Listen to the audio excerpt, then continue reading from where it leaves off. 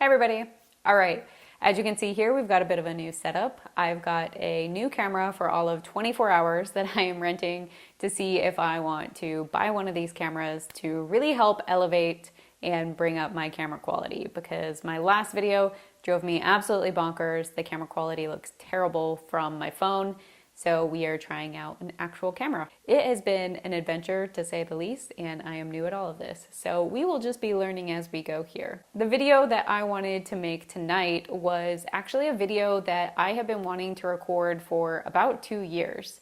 And that's a video talking about what it was like for me to go through the process of having ablations done in my liver. A while ago, I made a video about what it was like for me to have an open nephrectomy, the removal of my kidney and my very large tumor, as well as in that same surgery, we also did several wedge resections. So we cut several sections out of my liver, and then we did ablations during that procedure as well. I made a video on that whole process because I went looking for information on what it was going to be like to go through the recovery process. I wanted to know what surgery was like. I basically wanted the patient perspective, and I couldn't find that anywhere. So after I had that surgery, I went ahead and made a video hoping that it may help other people.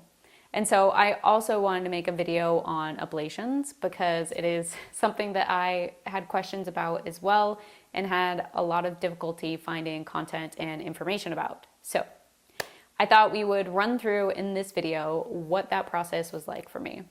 There's a couple different kinds of ablations that you can have. The type of ablation I had was called a microwave ablation. It's a thermal ablation, so meaning they heat the tumor really hot in order to burn it. There's also, I believe it's called cryoablation, and that is where you freeze the tumor instead of heating it to kill it. But again, the one that I had was microwave ablation, so I'll be talking through what that process was like for me. So I'm going to share what it was like for me leading up to the ablations, what the procedure was like, and kind of if I had any pain or what that process was like afterwards, kind of immediately coming out of the procedure. And then I will also cover kind of what the recovery looked like for me and how long it took me to get back to work.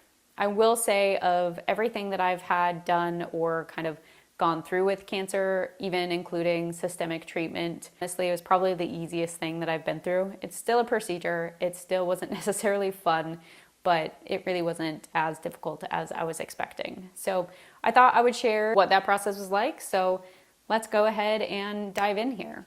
So I ended up having this procedure done at the NIH in November of 2021. Basically, we had done my surgery at the end of June in 2021. A couple of these spots, they did try to ablate during surgery, but they missed. It's really, really hard to target lesions that are under 1 centimeter, and all of these were under 1 centimeter when I went for surgery. So I went back a few months later and we targeted these. Notice I also have this like big open space in my liver. That is where we cut out a big section of my liver. And then I had, we think it might have been a biloma. I'm not exactly sure what it was. Basically, I had a very large fluid collection that happened after surgery. My body reabsorbed that about 6 months in, but when I went for my ablations, that was still there. So if you see that there, that's what that is. This tumor here was about 1 centimeter-ish, and that was one of the tumors that we were targeting. I also had another one around that same area. And then there's 2 spots down here at the bottom. These, I believe they tried to ablate during surgery and they might have missed them. After my ablations that I had the second time around, I think we might have missed these again. They might be in a really hard spot to target, but I can't tell. We also don't know for sure if they're tumors, because even if we did miss these, I don't know if we did or not, but if we did miss these, I'll show you what they look like afterwards. They have not grown. And so on my scans, for a while, we've been watching several spots in my liver. These 2 little spots are some of the spots that we are watching.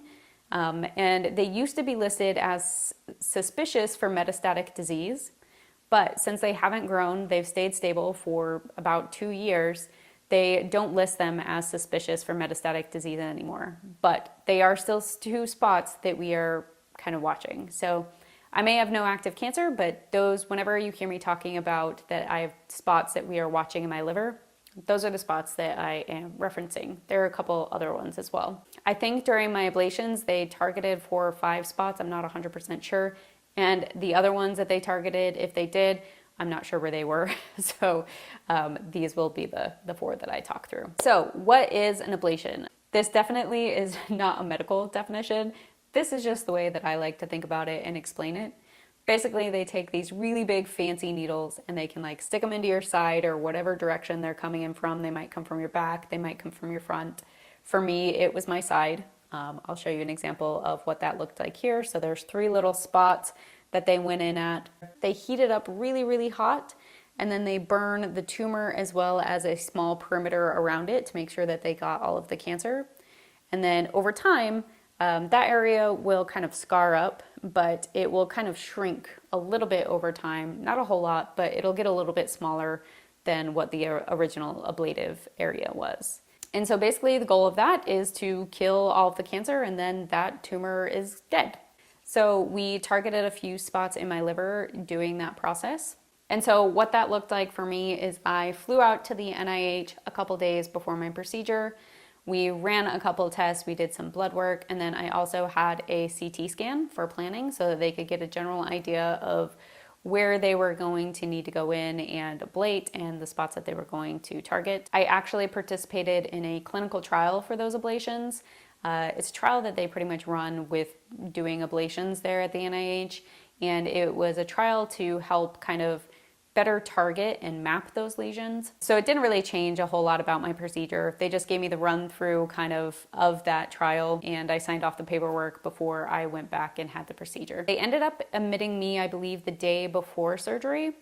I don't think that they probably admit everybody the day before. I think part of that was to do with my bleeding disorder and just so that I was ready to go early the next morning. So that gave us lots of time to kill in the hospital beforehand. And like I said, I was a nervous wreck over this procedure before it happened. I was really, really nervous about bleeding due to my bleeding disorder. And last time we went poking around stuff in my liver with a big needle was for my biopsy, which you can check out the video. Things did not quite go as planned there. So I was really, really nervous about this procedure beforehand. And so you can see me killing time with Brian. Brian was able to join me the day before. And to distract myself from all the stress of it all, I had actually built an app as well to try to help organize my care because I had so many doctors at so many different institutions and it was really hard for me to keep track of all their information. And so I built an app to consolidate that and put it all into one place.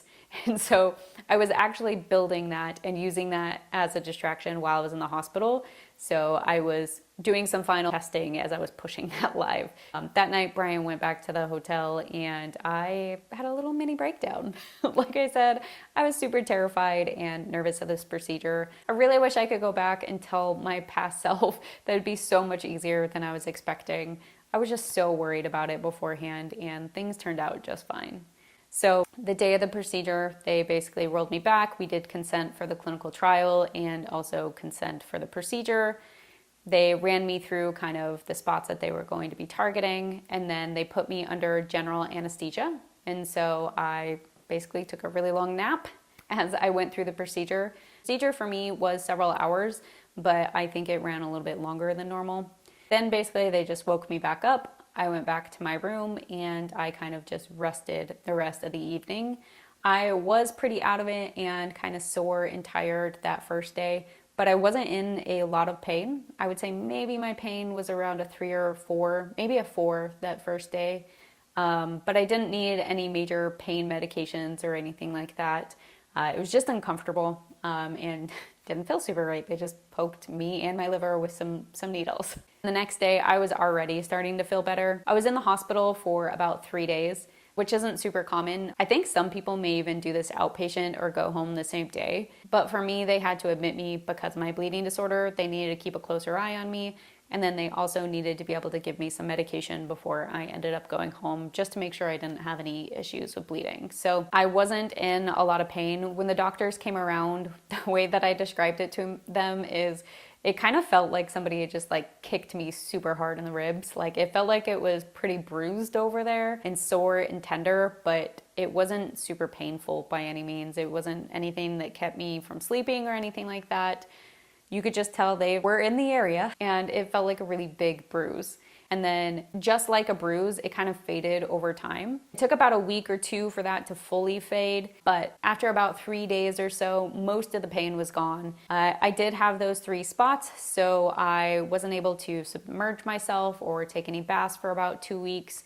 But there was no really other care I had to do it. I just kind of kept band-aids over it. I ended up being released from the hospital on day 3. I had to stay in the area until around day 5 just to make sure that my blood levels were where they were supposed to be. But I knew I should be getting some steps in around this time to help my body heal and recover. So we were in the DC area and I had never seen the White House. And so Brian and I headed out to do a walk around the White House and kind of check that out. So that is our little adventure that we took on day 3. So I already felt well enough to be out and walking around by day 3. Again, still had some soreness, but it really kind of just felt like a big bruise, and it really didn't hinder me a whole lot physically, which was like a night and day change from surgery. This was definitely much easier than that. So then around day 5, Brian and I flew back home, and I was back at work around day 7. I probably could have gone back to work around day 5 if I really wanted to. I was maybe a little bit tired still, but I was pretty well recovered. Day 7, I felt perfectly fine back at work. So about 2 weeks, I was pretty much fully recovered. And then the scars have pretty much faded over time as well. I don't even know if I can find the scars on my side anymore. The spots were so small that they just healed up really nicely, and I don't even know if I have any scars left behind from it. All in all, I got really nervous about this procedure and I was very worried about it. It was still a procedure and there was still some discomfort, there was still some pain, but it was much less than I was expecting, and it was much easier than surgery or anything else that I had been through. So that is kind of what my experience was. I just wanted to share it here in case it may help anybody else. If you have any questions at all, or if you've been through a similar procedure, feel free to drop a comment below. I'd also be happy to answer any questions about what the procedure was like or kind of what my experience was in the comments as well too. So with that, we will wrap up the video, and as always, like, subscribe, and do the things. All right, thanks y'all.